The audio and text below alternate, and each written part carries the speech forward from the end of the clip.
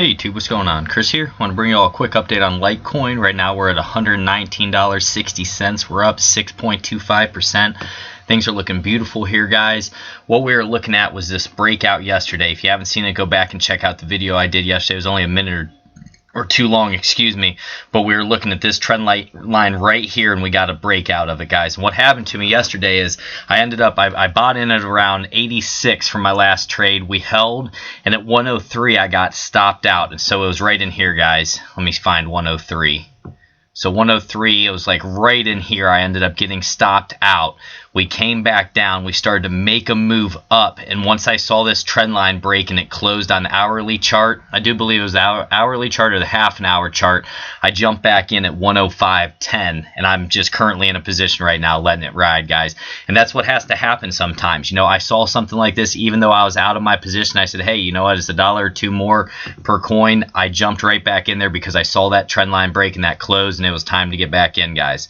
And that's just how the game's played in terms of, you know, you're looking for these trend line breaks. I can't emphasize that enough. Here it looked like we almost were going to come down here and potentially have a trend line break of this purple trend line that I've drawn that we've been having higher lows on.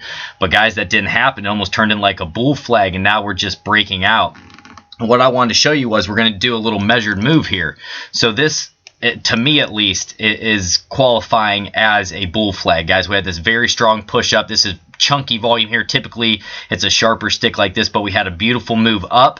We had this nice retracement here. We broke the trend line, and now we're running up. And what we're going to do is take this measured move here, and we're going to see where it could take us. So guys, basically I'm going to take this flagpole here, and we're going to see.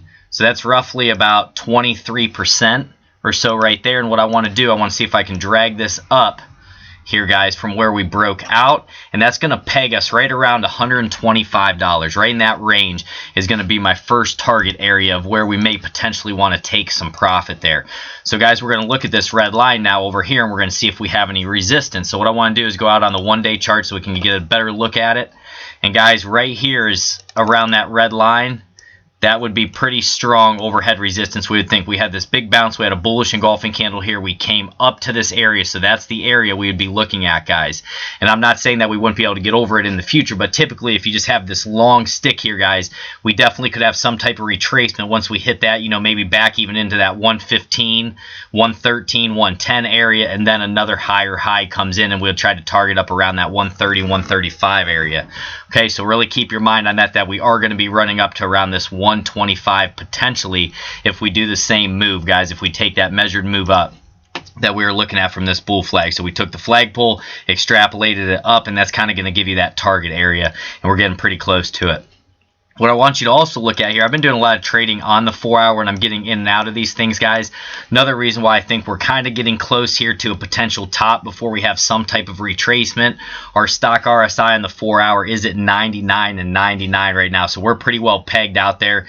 Looks like we could have some type of correction coming up in the future anywhere in this area, guys, what we'd be looking at. Okay, now say all of a sudden something crazy happened, guys. Sometimes when you do break out like this, you can always come back and back test these trend lines again. Am I saying that's going to happen? I'm not saying that's going to happen, guys. You basically have a 50-50 shot is typically what happens, because a lot of times you'll break out of trend lines, you'll come back, you'll bounce off the trend line again, and then you'll go farther. Sometimes you'll just break out and run like you're kind of seeing right now, or sometimes you'll have one of those false breakouts of 5% failure where you'll come up here and then you'll actually end up failing and falling back down a little bit farther.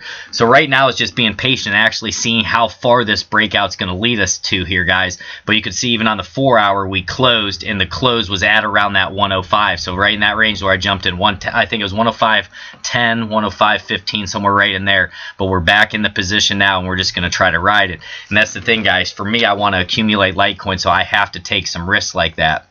You know, I bought them at 86 of the last move that got stopped out at 103, bought them back at 105.10, and then continue this move on. And it's all about making profit, making money, and that's the way the game's played, guys. You know, sometimes you're going to get stopped out. I wanted to keep my profit that I made from that $86 safe and intact as well. You also have to protect your games, especially when we're coming up. You know, there was overhead resistance right here, guys. We had this downward trend line. We were starting to just fall down there. That was the time I said, hey, I want my stop loss in, and that's what you have to do sometimes. Okay, that's just me at least. So next on the 4 hour here, we're just going to start to look to see. Okay, so we're 99.99 on the stock. That's looking like it needs to cool off on the 4 hour. Next one we're going to look at is our Bollinger Bands.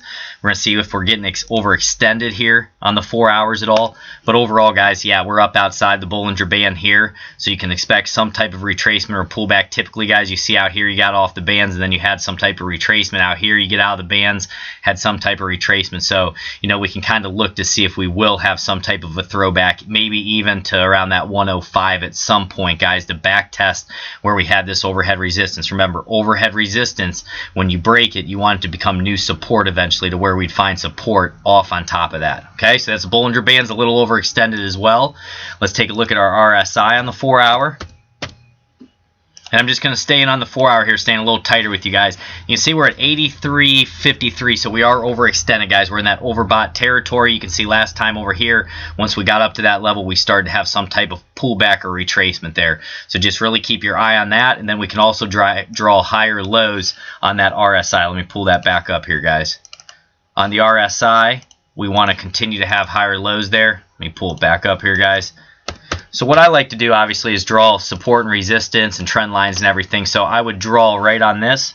Here would be my trend line that we want to see act as support, guys, right there. So if we had any type of retracement back onto that, that's all still very healthy. We just wouldn't want to see a break out of that yet. Okay, but you can see over here we got overextended and then we fell down, guys, and that's typically what happens. Came up here, got overextended, we fell down. So we're just getting to a point now where we may start to be getting a little bit overextended. Okay, so what I'm going to do, I'm going to set an alarm here, right here, and this is around 116.93. I want to know when this is hit or when this triggers. Okay, guys, because then that may signal that we could be heading to the downside a little bit more. We'll look for our next opportunity. So say we got even stopped out at this area, guys, 116.93, or say you want to put your stop down in here, then we'd start looking for the next area where I have 109 here for an alert.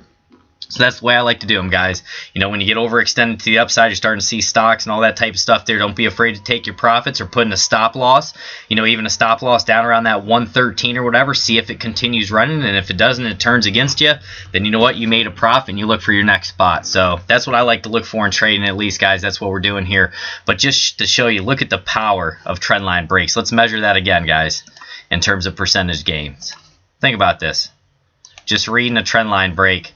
That's 15% there. So, you know, this is why we learn this stuff and we really study technical analysis, guys. So let me know down low what you guys are doing. I appreciate you being here with me. God bless each and every one of you. Just wanted to bring you a quick one here. We're at 119.25, guys, looking for a target up there around 125 if we can run that high. And then I have my alarm set at 116.93 and 109.49 to the downside there. God bless each and every one of you.